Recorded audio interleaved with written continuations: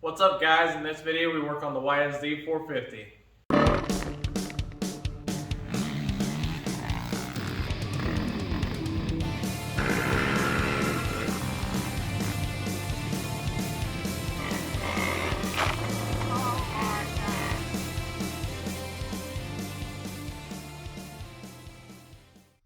Alright guys, so the last time you seen this quad on this channel was when we did the leak down test and we found out that the intake valves were letting air through.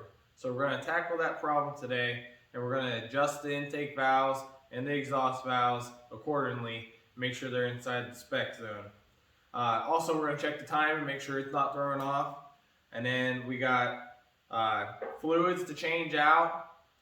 Carburetor has already been rebuilt. I did that first thing. And we got a few other parts in that, but first things first, let's attack these valves. All right, so on this valve cover, you got two 5mm Allens. You take those out and the valve cover should come right off.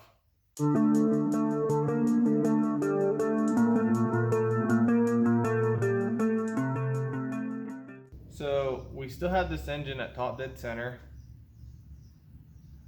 and timing chain looks good. Not overly tight and not any excess chain stretch there, so the tensioner is still working like it should. Alright, so we're going to go ahead and check the intake side because we know that one was leaking for sure. We're going to check the exhaust also, but this is what I got from online. Intake should be 0.1 to 0.15 millimeters and the exhaust should be 0.2 to 0.25 millimeters. I went ahead and got my feeler gauge to the one I want. Down here is going to be 0.102 millimeters and over here is going to be 0.152 millimeters, so it's right where we want to be. I'm going to probably say it's going to be tighter than what I have sitting here due to it was letting air through. Yep. Can't even get it started.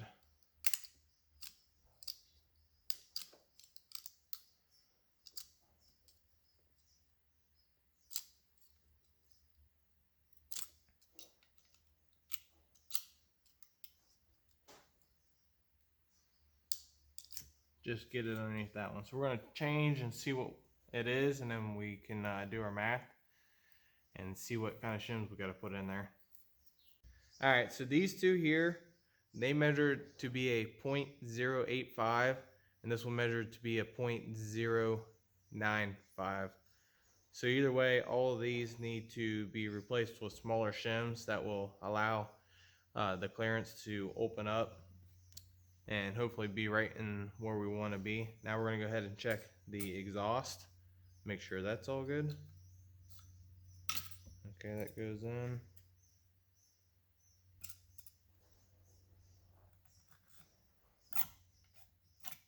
That goes in.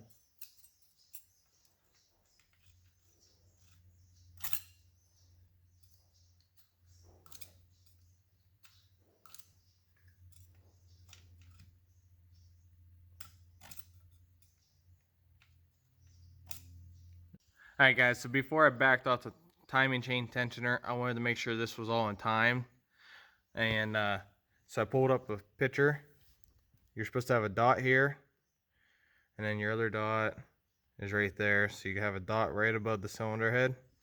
And you go to this cam, you got a dot there, and then a dot right there.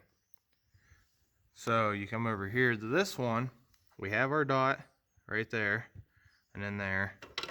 And then you get to this one, and that dot is not above the cylinder head. So that means this cam, the intake cam, is one tooth this way, because if you come up here, there it is. So there's the dot. So this is not in time. It's in time enough to run because I've heard it run, but it's not where it needs to be. Also, so you can see, we are lined up. Right there's our timing mark from the flywheel. Come up here, there's our dot there, and you're supposed to have, I call these pins, 14 pins in between that dot, and that dot, and we are 15 pins, so we need to move that one to there, and then we will be timed up.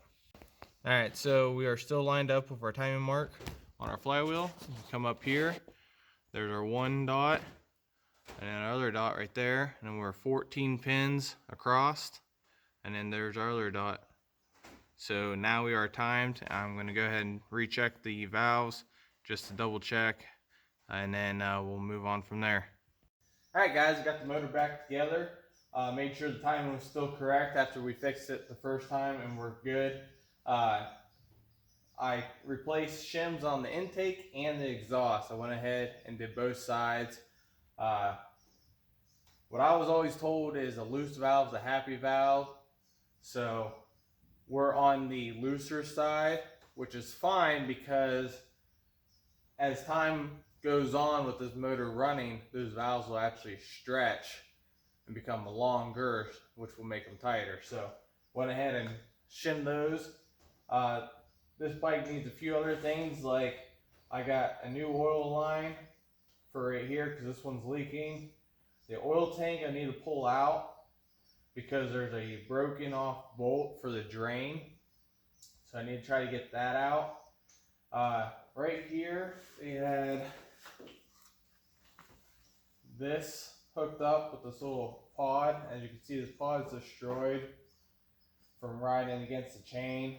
And they also have one from up here because they took the stock breather box off for the cases. Well, I went ahead and ordered a OEM one from another bike. We're gonna put that back on because the guy that owns this bike now, he does trail riding and that. The person he bought this bike from did straight line drags, which is fine with these because you're going straight down a track.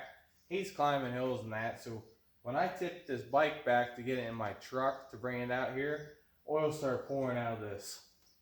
Well, with the stock box, it wouldn't do that because it would go back to the little breather box back here, the line here and the line on top, so that the oil won't run out. So we're going to do that. The carburetor I have sitting behind me, I had already rebuilt that. All we got to do is put it in and tighten it down. Front wheel bearings, the motor mounts. This one has a little hairline crack. He told me to just weld these up. So what I'm going to do is I'm going to weld this, and then I'm going to take a washer and weld it on the outside too to help stiffen that up. And then this one totally broke in half, which I have the piece. It somehow didn't fall out. I'll weld those up. And then just maintenance stuff. We're gonna change the fluids in this motor. I got new filters, new oil, new coolant, gas. I'm gonna go ahead and dump the gas out of the old gas tank and put fresh gas in this. We're gonna run 93.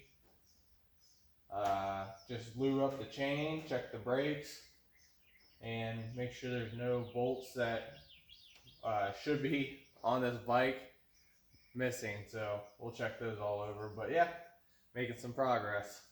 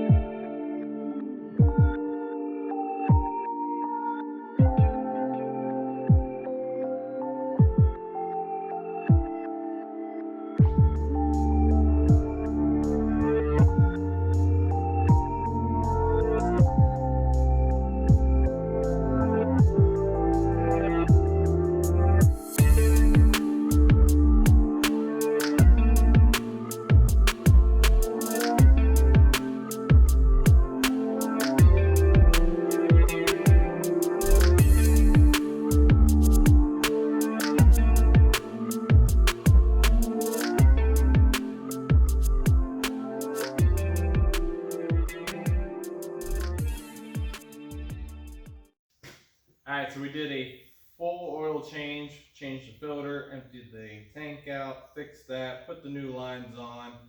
I put half a quart in the crankcase and 1.6 quarts in the oil tank. Put a new roller on, chain slide, got the new battery in, put fresh gas in the gas tank, fresh spark plug. Still got to do the motor mounts. Right now, I would just want to see if this thing will fire up before I go any further, before I start finishing putting this thing back together. So let's do that. The fan is hooked up, so as soon as you turn the key on, it turns on. That's just how they had it set up. So it's cold as can be. So we'll see what happens. I got a can of ether somewhere, I don't know. But we'll pull the choke, turn the gas on, and see if this thing will fire up.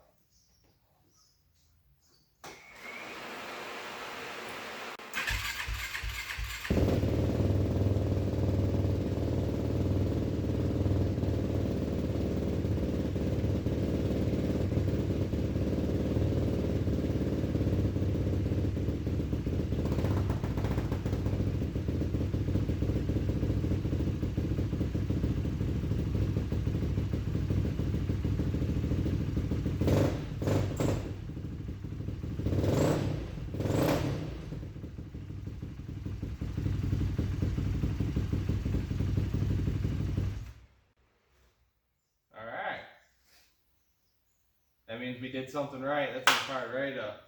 Perfect. Go ahead and finish this up. Oh yeah. See if there's any oil leaks with the new lines. Doesn't appear to be right now. We only ran it for a few seconds. But yeah, we'll keep going on it. Alright guys, so it's running pretty good. The things we've done to this bike so far, starting from the front to the back, is we changed the coolant, changed oil in the oil filter, we put a new spark plug in, we fixed the timing. The timing was off one tooth on the intake cam. We also adjusted the valves. We drained the old gas out, put fresh gas in, put a stock breather box and lines on it because it had just these plastic lines with pods on it, and when you tilt the bike back, oil would run out. So we put a stock box on. We changed a few oil lines, the return oil line, because it was leaking really bad. Put a new chain slide and roller on it, rebuilt the carburetor, put a new battery on. That's all we've done so far. But if you guys like this video, please hit that like button down below. If you guys want to become a subscriber, you can click over here. If you guys want to see my last video, you can click over here. And I'll catch you guys next time.